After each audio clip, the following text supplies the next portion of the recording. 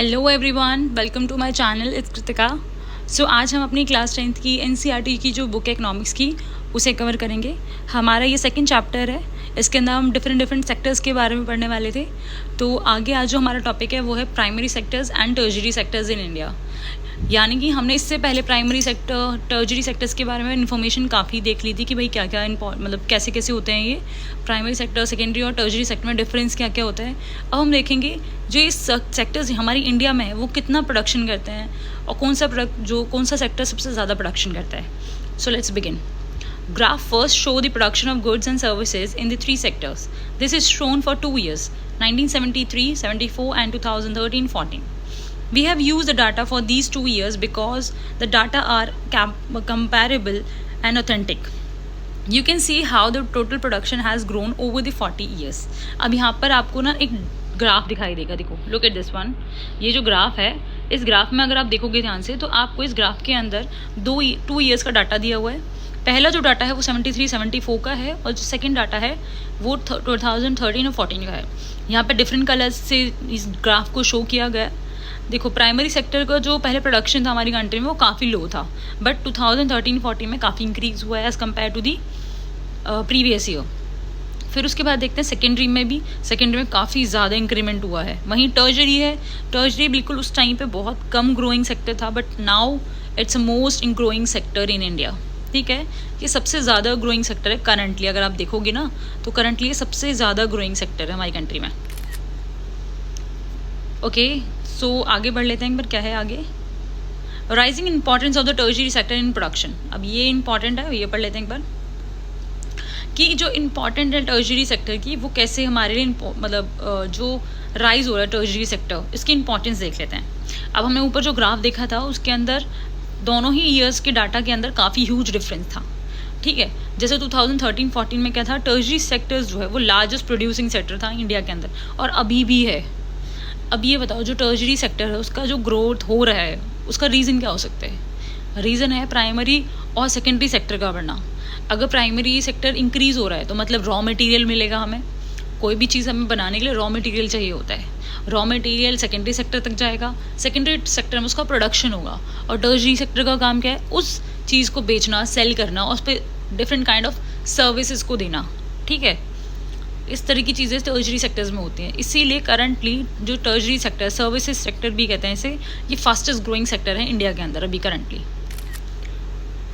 First, in India, country several services such as hospital, educational institution, post and telegraph services, police station, court, village administrative offices, municipal corporation, defence, transport, bank, insurance company, ये जितनी भी चीज़ें हैं ना, ये सारी टर्जरी sector का part है। और आपको पता होगा पहले ये इतनी ग्रोइंग नहीं थी हमारी कंट्री में। पहले हॉस्पिटल्स भी ज़्यादा नहीं थे, एजुकेशनल इंस्टीट्यूशन भी ज़्यादा नहीं थे, कॉलेजेस हो गए, इंस्टीट्यूट्स हो गए, डिफरेंट यूनिवर्सिटीज़ हो गई, पहले नहीं थी। पोस्ट ऑफिस हो गए, टेलीग्राफ ऑफिस, इतनी सारी सर्विसेज अभी करंटली हमें मिल रही हैं, बट पहले नहीं थी। बैंक भी इतने ज़्यादा नहीं थे, बैंक में मिलने वाली इतनी सारी सर्विसेज भी नहीं थी। जैसे पहले कॉल सेंटर नाम की चीज़ ही नहीं होती थी, या फिर कस्टमर केयर सर्विस। ये सारी चीज़ें क्या है, ये अभी करंटली बहुत ज़्यादा ग्रोइंग करने वाला सेक्टर है। अगर कोई प्रॉब्लम होती है हम सडनली क्या करते हैं, फ़ोन मिला देते हैं कस्टमर केयर को, तो वहाँ पर हमारी जितनी भी प्रॉब्लम्स है उसको रिजॉल्व किया जाता है, वो फीडबैक लेते हैं, इस तरह की चीज़ें, ताकि वो अपनी सर्विसेज को इंक्रीज़ कर रहे हैं। वहाँ पर काम करने वाले लोगों को एम्प्लॉयमेंट मिल रहा है। In developing country the government has take responsibility for provision for these services. यानी कि गवर्नमेंट क्या करती है, इन सभी सर्विसेज को इंक्रीज़ करने के काफ़ी सारे प्रोविजंस लेकर आती है। पहला ये समझ आया कि क्या रीज़न है टर्जरी सेक्टर की इंक्रीज़ होने का। तो पहला क्या है, पहला यही है कि प्राइमरी सेक्टर का प्रोडक्शन अगर ज़्यादा होगा तो उसका रिजल्ट सीधे सेकेंडरी और टर्जरी सेक्टर पर पड़ता है। ठीक है, फॉर एग्जांपल ले लेते हैं हम, जैसे चीनी है, चीनी बनाने के लिए हमें रॉ मटेरियल चाहिए होता है गन्ने की प्रोडक्शन हुआ प्राइमरी सेक्टर में, उसके बाद उस गन्ने को मिल में लेकर गया, यानी कि वो शुगर मिल होती है, वहाँ पर ले जाके बेचा गया। तो शुगर मिल है वो सेकेंडरी सेक्टर का पार्ट है, जहाँ पर उसकी मैन्युफैक्चरिंग या फिर प्रोडक्शन होगा। ठीक है, उसे बनाया जाएगा। फिर उसके बाद वो पैकेट्स में भर कर कहाँ लेके जाएगी, मार्केट्स में उनको सेल किया जाएगा। जो सेल करने का काम है वो क्या है, वो टर्जरी सेक्टर का पार्ट है। ठीक है, ऑनलाइन चीज़ें मिलना, ये सारी चीज़ें क्या है, ये सारी चीज़ें टर्जरी सेक्टर का पार्ट है। तो अगर और प्राइमरी सेक्टर में प्रोडक्शन अच्छा होगा तो उसका सीधा इफेक्ट सेकेंडरी और टर्शरी सेक्टर पर पड़ता है. आगे देख लें. Second, the development of agriculture and industry leads to the development of services such as transport, trade, storage, and the like. As we have already seen, greater the development of primary and secondary sector, more would be the demand for such services. मैंने भी आपको बताया कि जो गन्ना मिल है वहाँ पर गन्ने ले जाने के लिए ट्रांसपोर्ट यूज़ होगा, ट्रक वगैरह में किसी में भर कर उन्हें ले जाया जाएगा. तो वहाँ पर क्या हुआ, वहाँ पर इन सर्विसेज को वो ग्रोथ मिलेगी जो ट्रांसपोर्टेशन सर्विसेज होती हैं. फिर उसके बाद वहाँ से जो पैकेट्स बनेंगे शुगर के, वो क्या होंगे, वो दूसरी गाड़ियों में भर करके कहाँ जाएंगे, जगहों पर, अलग अलग जगहों पर जाएंगे, बिकने के, शॉप्स पर जाएंगे, सेल होने के लिए, गोडाउंस में जाएंगे, उसके लिए ट्रांसपोर्ट यूज़ होगा. तो ये सारी चीज़ें क्या, स्टोरेज वाली चीज़ें यूज़ होंगी, ट्रेड होगा. तो ये सारी चीज़ें सीधे क्या इफेक्ट डालेंगी, जो हमारा टर्शरी सेक्टर है उसकी सर्विसेज पर इफेक्ट डालती हैं और जब भी वो ग्रो करता है. ठीक है, यहाँ पे 2 ग्राफ भी दिए हुए हैं, आपको दिख रहा होगा. जीडीपी जो होती है हमारी नेशनल इनकम होती है, एक तरह से मान के चलो एक पर्टिकुलर कंट्री के अंदर जितने भी फाइनल गुड्स बनते हैं. मैंने इसकी डेफिनेशन आपको बताई थी, जीडीपी क्या होता है, ग्रॉस डोमेस्टिक प्रोडक्ट. एक कंट्री के अंदर एक पर्टिकुलर ईयर के अंदर कोई एक टाइम पीरियड ले लेते हैं, 1 साल का, 2 साल का, जो भी है. वैसे तो ज़्यादातर 1 ही साल का लिया जाता है जीडीपी को मेजर करने के लिए. उसमें देखा जाता है कि फाइनल गुड्स का कितना प्रोडक्शन हुआ और उससे मिलने वाला रेवेन्यू कितना है, उसे जीडीपी कहते हैं हमारी कंट्री का, ग्रॉस डोमेस्टिक प्रोडक्ट. ठीक है, अब यहाँ पर काफ़ी इंक्रीमेंट है. देखो ध्यान से, जीडीपी में 1973 से 2013 में जो टर्शरी सेक्टर है उसका इंक्रीमेंट इतना ज़्यादा है. प्राइमरी सेक्टर का कम है थोड़ा सा, लेकिन टर्शरी सेक्टर का काफ़ी ज़्यादा है. Third, as income level rise, certain section of people start demanding many more services like eating out, tourism, shopping, private hospital, private school, professional training, etc. You can see this change quite sharply in cities, especially in big cities. जैसे लोगों की income बढ़ती है उसका direct effect होता है services पर. जिस इंसान के पास पैसे ज़्यादा होंगे वो अलग अलग चीज़ों की डिमांड करेगा. जैसे कि अगर पैसे हैं लोगों के पास तो क्या करेंगे, अपना लिविंग स्टैंडर्ड इंक्रीज़ करेंगे, लग्जरियस चीज़ें खरीदेंगे, कार खरीदना हो गया. ठीक है, वहीं आगे एसी खरीदना हो गया, घूमने जाएंगे, टूरिज़्म लेंगे, अलग अलग जगहों पर घूमना जाएंगे तो टूरिज़्म इंक्रीज़ होगा.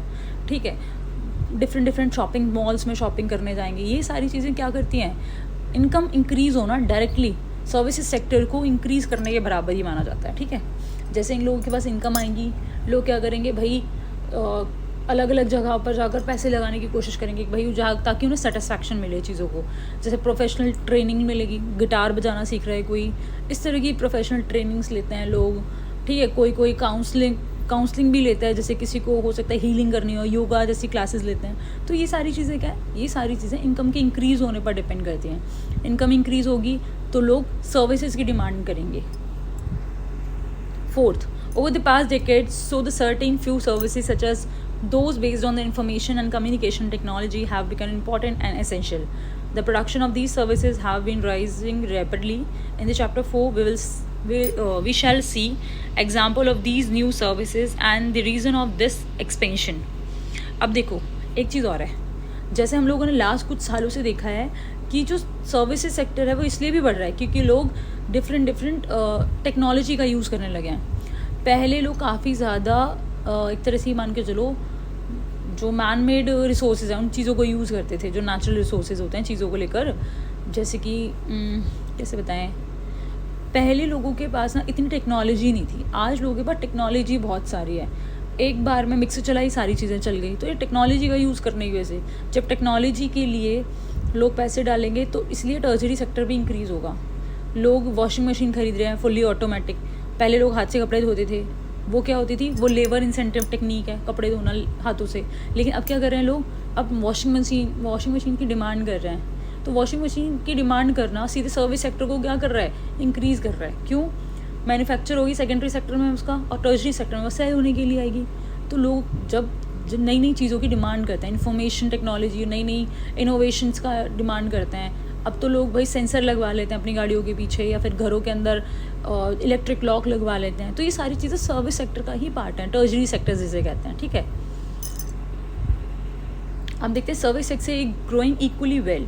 Service sector in India employs many different kind of people at once and there are limited number of services that employ highly skilled and educated labor.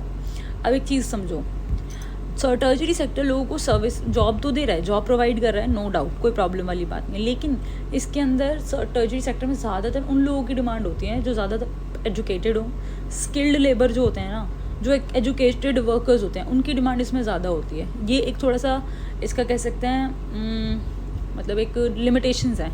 Service sector में ज़्यादातर पढ़े लिखे लोगों की डिमांड होती है, जो कम्युनिकेशन जिनकी अच्छी हो, काफ़ी जिन्हें थोड़ा सा नॉलेज हो चीज़ों के बारे में, स्किल्ड हो अपने काम को करने में, इन लोगों की डिमांड ज़्यादा होती है टर्शरी सेक्टर में। जो अनस्किल्ड लेबर्स हैं ना, उन लोगों की डिमांड बहुत रेयर होती है इसके अंदर। At the other end, there are the very large number of workers engaged in the service and small shopkeeper, repair person, transport person, etc. लेकिन फिर भी टर्शरी सेक्टर के अंदर क्या होता है, बहुत सारे छोटे छोटे काम करने वाले लोगों को हायर कर लिया जाता है, ताकि अगर वो अनस्किल्ड हैं तो भी धीरे धीरे काम सीख जाते हैं वो लोग। जैसे कि चीज़ें रिपेयर करने वाले हो गए, ड्राइवर हो गए, गाड़ी साफ़ करने वाले हो गए, ठीक है, माली हो गया, और जो गेट पे खड़े रहने वाले वो होते हैं पियोन हो गए, वो चौकीदार रहते हैं। इन सभी की डिमांड क्या होती है जगह जगह टर्शरी सेक्टर्स में मांगी जाती है इन सब चीज़ों की डिमांड, बट उन्हें थोड़ी सी ट्रेनिंग की ज़रूरत होती है कहीं ना कहीं। अब देख लेते हैं where are the most of the people employed. हमारी कंट्री के अंदर जब हमें आज़ादी मिली थी, हमारी कंट्री जब आज़ाद हुई थी, उस टाइम पे सबसे पहला जो हमारा सेक्टर था वो प्राइमरी सेक्टर ही था। लोग एग्रीकल्चर सेक्टर में ही वर्किंग थे, क्योंकि उस टाइम पे टेक्नोलॉजी नहीं थी, सेकेंडरी सेक्टर इतना ग्रोइंग नहीं था, टर्शरी सेक्टर नाम की तो चीज़ ही नहीं थी बल्कि पहले। तो सबसे पहला जो सेक्टर सबसे ज़्यादा जहाँ लोग एंगेज हुआ करते थे वो था प्राइमरी सेक्टर।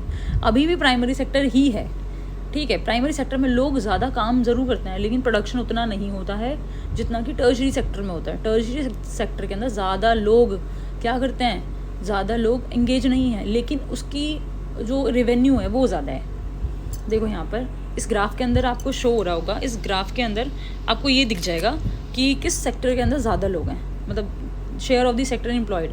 प्राइमरी सेक्टर में ज़्यादा लोग हैं वो हैं वर्किंग, दोनों ही ईयर्स में, 77 में भी और 2017-18 में भी, लेकिन और टर्शरी सेक्टर में भी।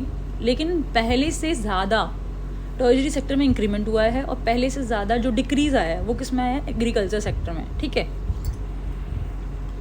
अब ये देखो, ये शिफ्ट है प्राइमरी सेक्टर से दूसरे सेक्टर्स में जाने का, वो रीज़न क्या है? सबसे कॉमन रीज़न यही है कि पॉपुलेशन बढ़ने की वजह से लैंड एरिया एक्वायर होता है।